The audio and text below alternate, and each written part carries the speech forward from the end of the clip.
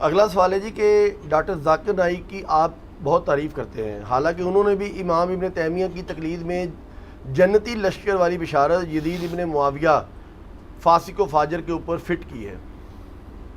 اچھا، بات یہ کہ ڈاکٹر ذاکر نائک کی میں نے تعریف جن باتوں میں کی ہے ان میں تو میں کروں گا نا، ہم تو مجھ سے مزاج ہیں، کمپیریٹیو اسٹڈی میں انہوں نے بہت بڑی ایفرٹ کی ہے، باقی جہاں پہ ود ان ریلیجن ان سے غلطی ہوئی ہے تو میرے علاوہ تو میرے خیال کسی کا کلپ اس طرح ریکارڈڈ نہیں ہے بائی نیم مینشن کر کے۔ آپ یوٹیوب پہ لکھیں جنتی لشکر والی بشارت، 5 لاکھ سے زیادہ لوگ وہ کلپ دیکھ چکے ہیں۔ ایک طرف ڈاکٹر ذاکر نائک کی تصویر ہے، ایک طرف میری ہے، تو میں نے اس میں بتایا کہ ان کو غلطی لگی ہے اور ظاہر ہے ابن تیمیہ کی وجہ سے لگی ہے، کانسٹنٹائن والی جو بشارت فٹ کر دی تھی، تو میں نے اس میں بتایا کہ یار وہ صحیح بخاری میں حدیث ہے، میری امت کا پہلا گروہ جو کیسر روم کے شہر پہ حملہ کرے گا، قسطنطنیہ تو اس میں موجود ہی نہیں، اور کیسر روم کا شہر تو حمص تھا شام میں، وہاں پہ حملہ جو کیا تھا وہ تو ابو عبیدہ ابن جراح نے کیا تھا حضرت عمر کے دور میں، لیکن یہ کہتے ہیں کہ جی وہ حمص والا اس لیے نہیں ہے کہ حمص پہ حملہ کرنے سے پہلے ہی کیسر روم نے حمص چھوڑ کے قسطنطنیہ شفٹ ہو گیا تھا، چلیں ہم بھی قسطنطنیہ شفٹ ہو جاتے ہیں آپ کے پیچھے۔ تو قسطنطنیہ پہ جو پہلا حملہ ہوا ہے اب وہ یزید ابن معاویہ نے نہیں کیا، وہ تو حضرت عثمان غنی رضی اللہ تعالیٰ کے دور میں ہو گیا تھا، اس وقت یزید کی عمر 6 سال تھی، وہ تو شامل ہی نہیں تھا اس کے اندر۔ صحیح بخاری سے ابو ایوب انصاری والی حدیث لے کے آتے ہیں کہ ابو ایوب انصاری فوت ہو گئے، اس لشکر کا امیر یزید ابن معاویہ تھا، تو حضرت ابو ایوب انصاری قسطنطنیہ کے کئی حملوں میں شریک تھے، وہ کوئی ایک حملہ تو نہیں ہوا تھا، قسطنطنیہ تو پھر فتح بھی ان لوگوں سے نہیں ہوا، وہ تو جا کے 9ویں صدی ہجری میں جا کے فتح ہوا ہے سلطان محمد فاتح کے ہاتھوں، جس پہ ترکی والوں نے پوری 3 گھنٹے کی فلم بنائی ہوئی ہے۔ سلطان محمد فاتح پہ اردو ڈبنگ کے ساتھ ترکیوں کی فلم بڑی زبردست آئی ہے 3 گھنٹے کی، کہ کس طرح جو ہے وہ یورپ کے سینے میں جا کے مسلمانوں نے جو ہے وہ قسطنطنیہ کو فتح کیا۔ قسطنطنیہ اب وہ ہے استنبول جسے کہتے ہیں، اسلام ان بلک، اسلام آباد کو اگر آپ ٹرکی میں ٹرانسلیٹ کریں استنبول بنتا ہے، تو مسلمانوں نے اس کا نام پھر استنبول رکھ دیا تھا قسطنطنیہ کا۔ تو قسطنطنیہ پہ حملہ پہلا جو ہے وہ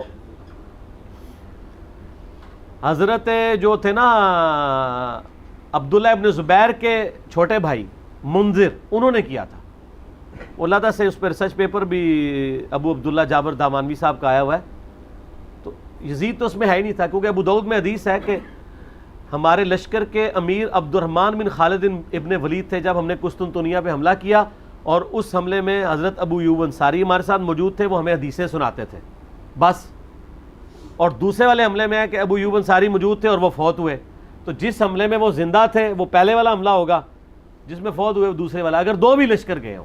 اس پہ تو زبیلی صاحب نے پورا مضمون لکھا تھا، تو یہ خام خواہ وہ اگر انہوں نے کر دیا تو اس کی وجہ سے ڈاکٹر ذاکر نائک کی پوری زندگی 0 سے ملٹیپلائی نہیں ہوگی۔ ڈاکٹر ذاکر نائک کے تو وہ علمی لیول ہی نہیں ہے، امام ابن تیمیہ تو بہت بڑی پرسنالٹی ہے، اگر ان کو غلطی لگ سکتی ہے تو ڈاکٹر ذاکر نائک کو بھی لگ سکتی ہے۔ ہم نے تو ان کے بیٹے کے ہاتھ میں یہ پمفلٹ بھجوائے تھے، ان کے گھر تک یہ پمفلٹ پہنچے، تو باقی دیکھ لیں ان کے اس عمل کا نقصان ہی ہوا ہے نا، ایک غلط چیز پہ انہوں نے سٹانس لیا، پھر جب ان سے دلیل مانگی تو ویسے وہ کہتے ہیں قرآن اور صحیح حدیث، جب دلیل مانگی تو کہتے ہیں امام غزالی نے فرمایا، تو امام غزالی تو وہ کچھ فرما کے گئے ہوئے ہیں جو آپ کے نزدیک شرک ہے۔ اور دوسری طرف بریلوی ہیں، وہ کہتے ہیں ڈاکٹر ذاکر نالائق، تو وہ پنڈی کے مفتی صاحب کو میں نے کہا تھا کہ اگر ڈاکٹر ذاکر نالائق ہے تو غزالی نالائق کیوں نہیں ہے، جس نے احیاء العلوم میں لکھا ہے کہ قتل حسین کو یزید کی طرف نہیں منسوب کرنا چاہیے، تو ایک مسلمان کے اوپر جھوٹی تہمت لگانا ہے، اور جو ایسی تہمت لگا رہے ہیں وہ اس کی طرف خود لعنت پلٹ آئے گی۔ تو میں نے کہا تھا کہ جو لوگ اس وقت ڈاکٹر ذاکر کو نالائق کہہ رہے ہیں، وہ جب یزید کے خلاف بولتے ہیں تو امام غزالی کی نظر میں وہ خود لعنتی ہیں، تو جرت کرے، یہ تو جرت کرنی چاہیے نا ان کو، جو بندہ ان پہ لعنت بھیج رہا ہے وہ کہے نہیں تو ہی لعنتی ہے، تو ایک ٹکٹ میں 2 مزے تو نہیں ہوتے۔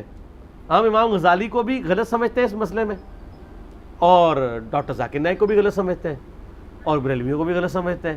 صحیح کس کو سمجھتے ہیں؟ اچھا، یہ اگلے دن ایک بندے نے نا کہا کہ جی آپ ساروں کو غلط کہتے ہیں تو آپ ہی ٹھیک ہے، میں نے تو کبھی نہیں کہا میں ٹھیک ہوں، میں تو ہمیشہ کہتا ہوں نہ میں وابی نہ میں بابی، میں ہوں مسلم علمی کتابی، آپ کتابوں کو فالو کریں. یہ سارے غلط ہیں جی، سارے ہی غلط ہیں کسی نہ کسی معاملے میں. آئے کوئی مسلمان یہ دعویٰ کرے کہ فلاں مسلمان انکلوڈنگ میرے بارے میں کہ وہ 100% ٹھیک ہے، یہ کون دعویٰ کر سکتا ہے؟ آپ یہ دیکھا جائے کریں کہ جو غلطی ہائی لائٹ ہو رہی ہے وہ غلطی ہے کہ نہیں. تو یہ کہتے ہیں غلطی ہائی لائٹ نہ کریں، اچھائیاں بیان کریں. ان کو کہ اچھائیاں اگر بیان کریں تو یہ کام آپ خود کیوں نہیں کرتے؟ آپ اپنے بزرگوں کی تو اچھائیاں بیان کرتے ہیں، دوسروں کی تو غلطیاں بیان کرتے ہیں.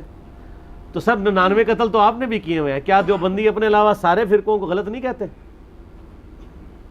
بالکل کہتے ہیں. تو 99 قتل تو انہوں نے بھی کیا، ہم نے ساتھ کہہ دیا کہ دیوبندی بھی غلط ہے، تو ایک ہی زیادہ کر کے سینچری پوری کی ہے نا. مدعا سارا ہمارے اوپر پڑ گیا، ہم تو پھر بھی اولو العلم قائما بالقسط ہے، انصاف پہ قائم ہے کہ نہیں دیوبندی بھی اس معاملے میں غلط ہے. تو کسی کو غلط کہنے کا مطلب یہ نہیں کہ اس کی تکفیر کرتے ہیں. یہ لوگ جب غلط کہتے ہیں اسلام سے بھی باہر نکالتے ہیں. ہم غلط کہہ کے بھی پیچھے نماز پڑھتے ہیں. یقین کریں جو مولوی میرے خلاف جمعہ پڑھاتے ہیں میں ان کے پیچھے نماز پڑھ رہا ہوتا ہوں، سامنے بیٹھ کے جمعے کی تقریر سن رہا ہوتا ہوں. کتنے مولوی ہیں کہ میں مسجد میں انٹر ہوں، وہ اپنا موضوع چھوڑ کے میرے اوپر شروع ہو جاتے ہیں. حالانکہ میں یعنی اپنی فیملی کے ساتھ جمعہ پڑھنے میں بھی گیا ہوتا ہوں. تو پھر بعد میں میری بیوی مجھے کہہ رہی ہوتی ہے ہاں پتر سنا، ٹھیک ہے جی غصہ اتار لیے، کیا ہوا، بات کر لی اس نے، دفن ہو گئی، آج دنیا کو پتہ بھی نہیں ہے، ختم، کیا فرق پڑتا ہے یار. مسند ابھی یالا میں موجود ہے کہ مروان بن حکم ممبر پہ مولا علی پہ لعنت کر رہا ہوتا تھا اور حسن حسین نیچے بیٹھ کے خطبہ سنتے تھے. اللہ اللہ. تو سر ہم تو ان کے ماننے والے ہیں، ہم پہ نام لے کے تو کوئی لعنت نہیں کر رہا نا. تو میں ان کو کہتا ہوں کہ آپ جمعے میرے خلاف پڑھانے کے بجائے مجھے نام لے کے بھی لعنت کرو نا، تب بھی میں آپ کے پیچھے نمازیں پڑھوں گا. یہی ہماری سچائی کی دلیل ہے کہ ہم شریعت کو کہیں پہ کراس اس کی باؤنڈری نہیں کرتے. نمازیں انہی کے پیچھے پڑھنی ہے کیونکہ ہمیں حکم ہے خلیفہ راشد عثمان ابن عفان کا، صحیح بخاری 695، کہ نیکی کے کاموں میں باغیوں کا ساتھ دو، نماز مسجد نبوی میں باغیوں کے پیچھے پڑھو، برائی میں ان سے الگ رہو. حالانکہ حضرت عثمان کہہ سکتے تھے کہ تم غلط لوگوں کو سپورٹ کر رہے ہو، نمازیں ان کے پیچھے نہ پڑھو، لیکن ان کو پتہ تھا ان نیکی کے کاموں میں تو آپ نہیں، تو ہم بھی نیکی کے کاموں میں ساتھ دیتے ہیں سر، اب بھی دیتے ہیں، آندہ بھی دیں گے انشاءاللہ تعالی، کوئی مسئلہ نہیں. ٹھیک ہو گیا. سوال یہ ہے کہ کیا آج کے دور میں، آج کی ڈیٹ میں ہم یزید ابن معاویہ پر لعنت کر سکتے ہیں؟ اور اس کے ساتھ ایک اور چیز، کیا لعنت اور بد دعا کرنے میں کیا فرق ہے؟ کیا اس پہ بد دعا بھی کر سکتے ہیں اس کے لیے اس وقت آج کی ڈیٹ میں؟ بد دعا کیا کرنی ہے آپ نے؟ صحیح بخاری میں حدیث ہے مردے جو مر چکے ہیں اپنے انجام کو پہنچ چکے ہیں ان کو گالی مت دو. البتہ مردوں کی برائی کے ساتھ ذکر ہو سکتا ہے، اور وہ برائی جس کی وجہ سے امت افیکٹی ہو. آپ کل کو کوئی کہے گا جی غلام احمد قادیانی تو مر چکا ہے، اس کو برا کہنے کا کیا فائدہ؟ تو اس کا جواب آپ کو یہ دیا جائے گا کہ غلام احمد قادیانی جو پیچھے اپنی گندی تعلیمات چھوڑ گیا جس کی وجہ سے امت آج تک سٹیک پہ لگی ہوئی ہے، اس کا کیا کریں گے؟ آپ رد کریں گے نا، اور بائی نیم ہی کریں گے. یہ کہتے ہیں نام نہ لو تو بائی نیم کریں گے. تو یزید ابن معاویہ کا ایفیکٹ جو مسلمانوں پہ ہوا ہے وہ غلام احمد قادیانی سے بہت بڑا ہے. پوری امت دو ٹکڑے ہو گئی ہے. یہ تو ایک چھوٹا سا فرقی بن کے لادا ہوئی ہے نا، تو پوری امت میں درار ڈال گئی ہے. اس کا آپ کیا کریں گے؟ تو یزید ابن معاویہ پہ آپ لعنت کرنے کے بجائے اتنی دیر فضائل اہل بیت بیان کریں. باقی اعلیٰ حضرت امام رضا بریلوی صاحب کا فتویٰ ہے، بریلویوں کے لیے عرض کیا ہے، وہ کہتے ہیں ہم یزید پہ لعنت نہیں کریں گے، لیکن جو لعنت کرے گا اسے روکیں گے بھی نہیں، ہم سکوت اختیار کریں گے کیونکہ امام حنیفہ نے سکوت کیا ہے، اور ہم یزید کے کفر کے معاملے میں بھی سکوت اختیار کریں گے. اور انہی کے بڑے بزرگ امام غزالی تو بہت آگے چلے گئے، انہوں نے کہا کہ یزید سے کوئی قاتلین حسین ہونا ثابت نہیں ہے، الٹا جو کوئی ایسا کرتا ہے وہ جھوٹی تہمت لگاتا ہے، اس پہ تہمت لوٹ آئے گی. تو پوری بریلویت جو ہے وہ امام غزالی ختم کر گئے. حالانکہ ہم تو ان کو اپوز کرتے ہیں کہ وہ غلط انہوں نے بات کی ہے، لیکن ظاہر ہے کہ وہ چونکہ شیعہ کے خلاف کھڑے ہوئے تھے امام غزالی، تو اس کا ٹسل کا الٹیمیٹ یہ نتیجہ نکلتا ہے کہ آپ پھر معاملات میں غلوف کرنا شروع کر دیں. نبی علیہ السلام نے لعنت کرنے سے، یعنی بخاری مسلم میں درجنوں احادیث اس پر گواہ ہے کہ آپ نے کسی بھی کلمہ گو پہ لعنت کرنے سے بائی نیم مینشن کیا ہے، منع کیا ہے. مینشن کر کے. آپ جنرل کہہ سکتے ہیں کہ قاتلین حسین پہ اللہ کی لعنت, یہ کریں. ڈاکٹر ذاکر نائک نے خود کہا میں آج کی ڈیٹ میں, جو جس نے رضی اللہ عنہ بھی کہہ دیا تھا, پھر بھی اس نے کہا کہ میں قاتلین حسین پہ لعنت کرتا ہوں. تو رضی اللہ عنہ تو خود ہی اس نے ختم کر دیا نا اپنا, یزید کے لیے جو کہا تھا. جنرلائز آپ کر سکتے ہیں, وہ تو قرآن میں بھی آیا ہے, جو حق چھپاتے ہیں ان پہ اللہ کی لعنت اور تمام لعنت کرنے والوں کی لعنت. سورۃ البقرہ آیت نمبر 159-160. لعنت اللہ علی الکاذبین, جھوٹوں پہ اللہ کی لعنت, ظالموں پہ اللہ کی لعنت. صحیح مسلم میں حدیث ہے, جو اہل مدینہ کو ڈرائے دھمکائے اس کو اللہ تعالیٰ پگھلا دے گا. معجم الکبیر طبرانی میں اس کو سپورٹیو حدیثیں ہیں کہ اس پہ اللہ کی لعنت, تمام فرشتوں کی لعنت, تمام لعنت کرنے والوں کی لعنت. صحیح مسلم میں حدیث ہے, جو مدینے میں بدعت کو داخل کرے اس پہ اللہ کی لعنت, اللہ کے فرشتوں کی لعنت اور تمام لعنت کرنے والوں کی لعنت. تو اس طرح جنرلائز آپ فارمولے کے طور پہ تو کہہ سکتے ہیں, بائی نیم مینشن کر کے لعنت کرنے کی ضرورت نہیں, لیکن اس کا یہ مطلب نہیں کہ وہ لعنت کا مستحق نہیں ہوا. آپ جھوٹ بولیں گے تو میں آپ کو لعنتی نہیں کہوں گا, میں یہ ضرور کہوں گا کہ آپ نے جھوٹ بولا ہے اور قرآن میں جھوٹے پہ لعنت آئی ہے. تو یزید نے ظلم کیا ہے, قرآن میں ظالم کے اوپر لعنت آئی ہے. یزید نے فساد فی الارض کیا ہے, واقعہ حرہ کی شکل میں, خانہ کعبہ پہ چڑھائی کی شکل میں, اور سب سے بڑھ کر کربلا کی شکل میں, تو وہ لعنت کا مستحق ہو گیا فساد فی الارض کی وجہ سے خود بخود. لیکن آپ خود مینشن کر کے نہ کہیں, آپ جنرل یہ بات کریں. اور میں تو کہتا ہوں جتنا ٹائم ان لوگوں پہ ضائع کرنا ہے, آپ غلطی ہائی لائٹ کر کے سائڈ پہ ہو جائیں, فضائل اہل بیت بیان کریں. جس طرح ہم برادران یوسف کی غلطی ہائی لائٹ کرتے ہیں قرآن کی روشنی میں, اور آج تک مثالیں دی جاتی ہیں, لیکن آپ برادران یوسف پہ لعنت تو نہیں کر رہے ہوتے ہیں. ٹھیک ہے, تو یہ کام نہ کریں. اچھا, یزید کے ساتھ بہت سے لوگ نا لفظ استعمال کرتے ہیں پلید کا, یزید پلید, فاسق, فاجر, زانی, اس طریقے کو کہنا کیا مناسب رہے گا؟ پلید تو ہے نا جی, اس نے پلیدی تو کی ہے. اور یہ زیادہ تر اعتراض اس پہ اہل حدیث کریں گے تو ان کو بتائیں کہ آپ کے جو بزرگ ہیں نا انڈیا, پاکستان, بنگلہ دیش میں, شاہ اسماعیل دہلوی جنہوں نے تقویۃ الایمان لکھی ہے, ان کی کتاب چھپی ہوئی ہے تذکیر الاخوان ما تقویۃ الایمان, آرام باغ کراچی سے. میرے پاس وہ پڑھی ہوئی ہے, ہم نے جے پی جی بھی اس کا ایک کلپ میں لگایا تھا. وہ تو جب بھی یزید کا نام لیتے ہیں تو لکھتے ہی یزید پلید ہے, حتیٰ کہ انہوں نے جو حدیث مسند احمد میں ہے نا کہ ایک دوپہر عبداللہ ابن عباس نے خواب میں نبی علیہ السلام کو دیکھا کہ خون کی شیشی اٹھائی ہوئی ہے, پرانگدہ بال ہے, اور آپ صلی اللہ علیہ وآلہ وسلم پریشانی میں کھڑے ہیں. تو وہ کہتے ہیں کہ میرے ماں باپ آپ پہ قربان, آپ کی حالت کس نے کی ہے؟ تو وہ نبی صلی اللہ علیہ وسلم ان کو جواب دیتے ہیں کہ آج میرے حسین اور اس کے ساتھیوں کو قتل کر دیا گیا کربلا میں, میں صبح سے ان کا خون جمع کر رہا ہوں. یعنی ایک تمثیلاً اللہ نے خواب دکھائی. تو ابن عباس کہتے ہیں میں اٹھا, میں نے وہ دن اور تاریخ نوٹ کی, اور بعد میں خبر ملی, ظاہر انٹرنیٹ کا دور نہیں تھا, کچھ ہفتے بعد خبر آئی کہ اسی دن حسین ابن علی کو شہید کیا گیا تھا.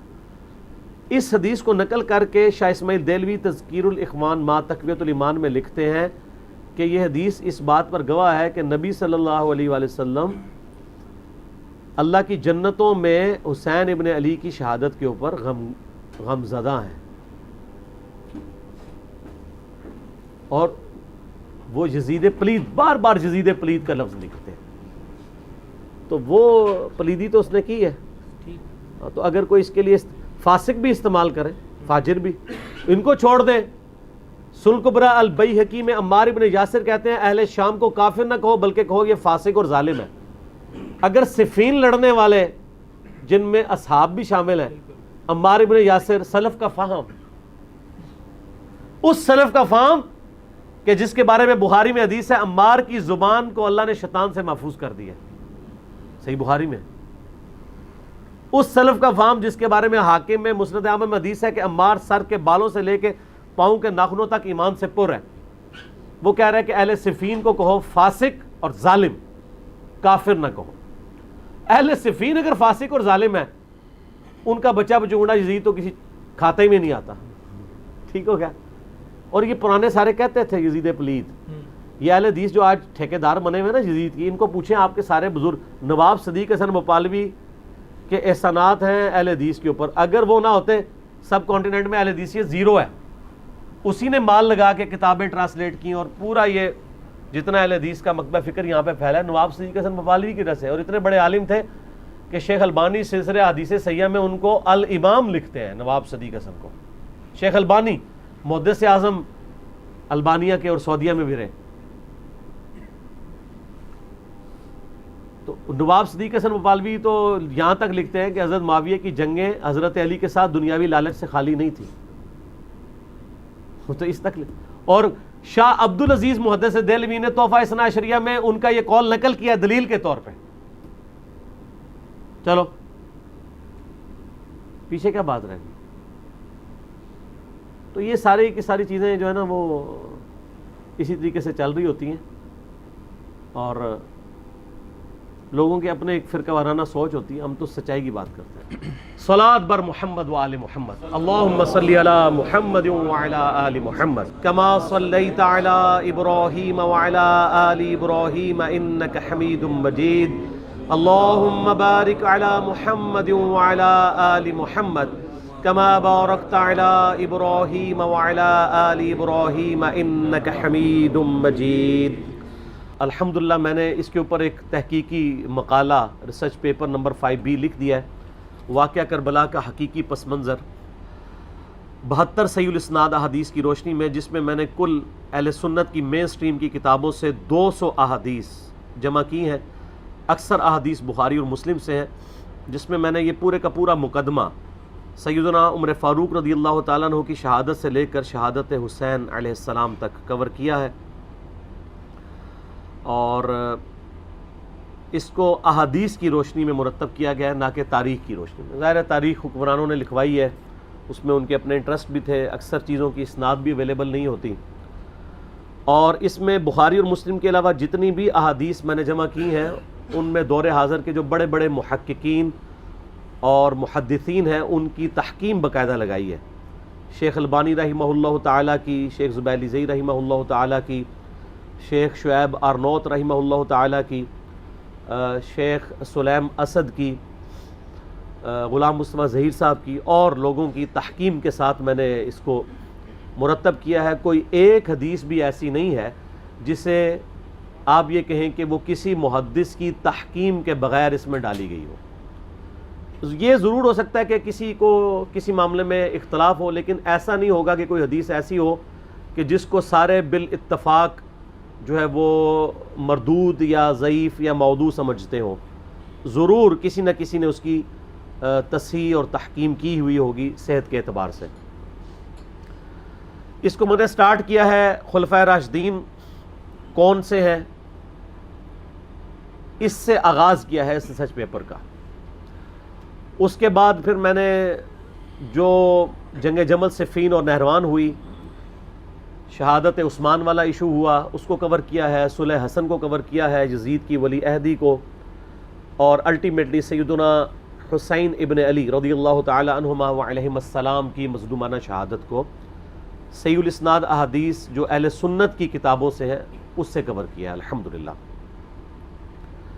تو اس لیے آج میں جتنی بھی احادیث بیان کروں گا کوسچنز کے دوران آلموسٹ ساری اس میں اویلیبل ہوں گی۔ آپ یہ ریسرچ پیپر ہماری ویب سائٹ ahlsunnatpak.com سے فری ڈاؤن لوڈ کر سکتے ہیں، PDF واٹس ایپ گروپس میں رابطہ کر کے منگوا سکتے ہیں، اور اگر ہارڈ کاپی آپ نے منگوانی ہے تو ہماری اکیڈمی کا نمبر ہے +92 کے کوڈ کے ساتھ 3215900162، پاکستان سے کریں گے تو 0321590162۔ صبح 9 سے لے کر آلموسٹ اب تو مغرب تک کھلا ہوتا ہے، پورا دن۔ اللہ کا شکر ہے کہ ہم نے اس کے اوپر اب باقاعدہ ڈیوٹی لگا دی ہے، ہمارے ابرار الحسن بھائی جو ہیں وہ ان کو ہم نے اسپیسیفائی کیا ہے، اس کے علاوہ بھی عثمان بھائی بھی کبھی کبھار سن لیتے ہیں، ندیم بھائی بھی۔ آپ نے یعنی اکیڈمی میں آنا ہے درس سننے کے لیے یا ریسرچ پیپر فری منگوانی ہے ڈاک، تو یہ بھی ریسرچ پیپر، اس کے علاوہ 8 ریسرچ پیپر، یہ ٹوٹل 9 بنتے ہیں، اور 3 اذکار کارڈ ہیں، صبح شام کے سنت اذکار، فرض نماز کے بعد کے سنت اذکار، اور جادو ٹونا وبائی امراض اور قدرتی حادثات سے بچنے کے سنت اذکار۔ یہ ٹوٹل 12 کا پیکج ہے جو ہم فری ایک سیٹ سب کو بھیجتے ہیں، آپ منگوا سکتے ہیں۔ ایک سے زیادہ سیٹ منگوانے ہو تو نو پروفٹ نو لاس کے اوپر، بلکہ تھوڑے سے لاس کے اوپر ہی ہم لوگوں کو بھجوا دیتے ہیں۔ کوشش کیا کریں سافٹ کاپیز کے ذریعے ہی کام چلائیں. آج کل چونکہ سافٹ کاپیز کا ہی موڈ ہے, آپ کسی کو اس کا اسکرین شاٹ لے کے شیئر بھی کروا سکتے ہیں. تو یہ ریسرچ پیپر خود بھی پڑھیں. محرم دعوت کا مہینہ ہے, ربیع الاول شریف دعوت کا مہینہ ہے, رمضان شریف دعوت کا مہینہ ہے. یہ وہ مہینے ہیں جس میں مسلمان بیدار ہوتے ہیں, اپنے اپنے ٹاپکس کو سرچ کرنا چاہتے ہیں, تو بڑا اچھا موقع ہے کہ آپ ان تک صحیح بات پہنچائیں اللہ کا نام لے کر.